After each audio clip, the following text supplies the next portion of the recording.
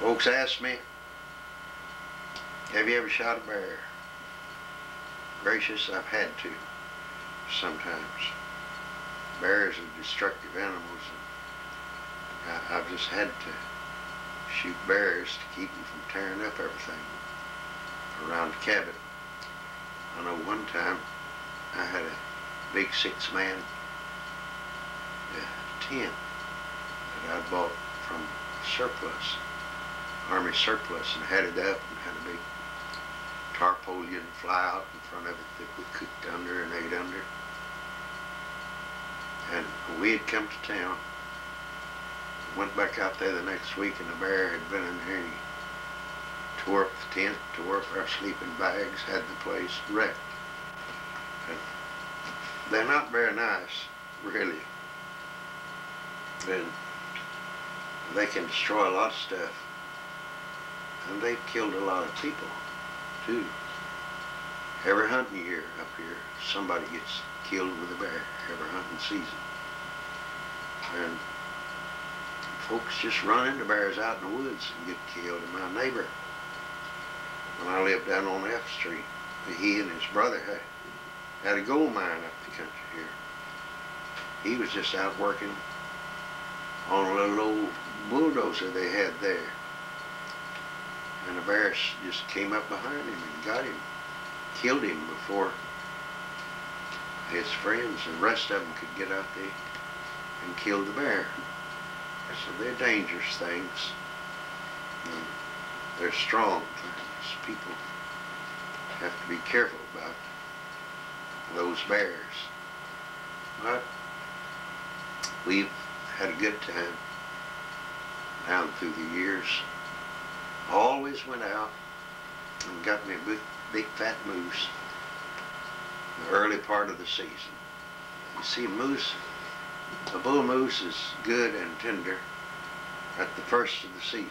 All he's done, all spring and all summer, and up until the hunting season in the fall, which used to be September the 1st, now it's September the 20th, I believe.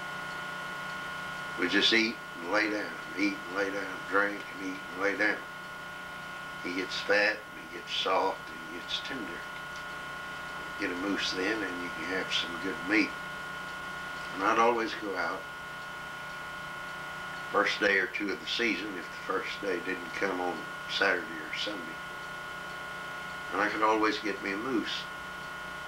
Flying around from my tent at first, and then from my little cabin that I built, usually get me a moose right there on the lake shore where my cabin was. I remember one time my son, my youngest son, was out there. I think he was 13 years old, and he had him a rifle that he had bought. He'd been out fishing commercially, and there was a moose standing down on the end of the lake. I said, Danny, now you go down there and shoot that moose. And he shot him, but he didn't kill him. The moose jumped out in the lake and started swimming across the lake. Well, I thought I better go get him. If he dies out there in that water, he'd be hard to get. I jumped in a little boat we have out there had a little 3-horse motor on it, and I went over and I herded him right over in front of the cabin. When he stepped out on the shore, right in front of the cabin, I dropped him there. That was an easy one. Didn't have to pack him anywhere except hang him up on the pole we had there between 2 trees where we hung our meat to let it cure a little bit. And I remember another time, Ed Strunk and I were going to go hunting, and we went down the Lower Russian Lake. And we saw this moose standing on the shore of Lower Russian Lake. Now, the mountain comes right down to the lake shore there, and it's fairly steep going up, but there's timber on it. And I let Ed out, and I tied the airplane down, and Ed went up there, and the moose had taken off up the side of the mountain, and Ed followed him up there. I heard a shot. And then I saw the moose come crashing down through the woods. He had a full bore. He was really wheeling. And I was standing up on a little knoll. And Ed yelled out, "Can you see him? Can you see him?" I said, "Yes, I can see him." "Shoot him, shoot him." Well, I said, "Wait, he's going down to the lake shore." And he got down to the lake shore and he turned and started down the trail around the lake right toward the airplane. Ed kept yelling, "Shoot him, shoot him, shoot him." Well, I was following him with my rifle. He got about 10 feet off the tip of the airplane wing, and I dropped him right there at the plane. So that was another easy one we had. We didn't have to carry him anywhere. We butchered him out right there. And then Ed had brought his car down to another lake that was over on the road. So I hauled the moose over there and put it in his car, and then I hauled Ed over there, and he carried it back to town in his car. So that was a rather easy one to get. And I would take other preachers out, my preacher friends, and help them to get a moose. So down through the years I've been in home on a lot of moose kills, and we always used the meat. Always. Never threw any of it away. We kept it.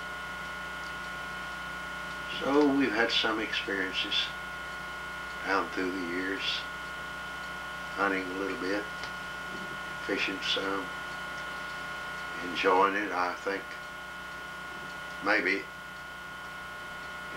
fisherman is dear to the heart of God. I know when Jesus decided that he was going to gather up him some apostles, he went down and got some fishermen. Whether a fisherman is any better preacher or not, I don't know, but I think it's one of the most relaxing things in all of the world. If a fella goes fishing, quite often he would ever have to go see the psychiatrist, because if you get a fish out there on the end of the line, you don't think about any troubles. You don't think about the IRS. You don't think about anything. You just think about what a good time you're having, what a joy it is, and what a blessing it is to be able to catch a fish. And all your cares are forgotten, and all your troubles and all your problems fly out the window if you can just go out and fish all day long and catch some fish. You might worry if you don't catch any, but who goes fishing in Alaska and not catching any? That don't ever happen. Well, it might to some people, but it sure doesn't happen very often.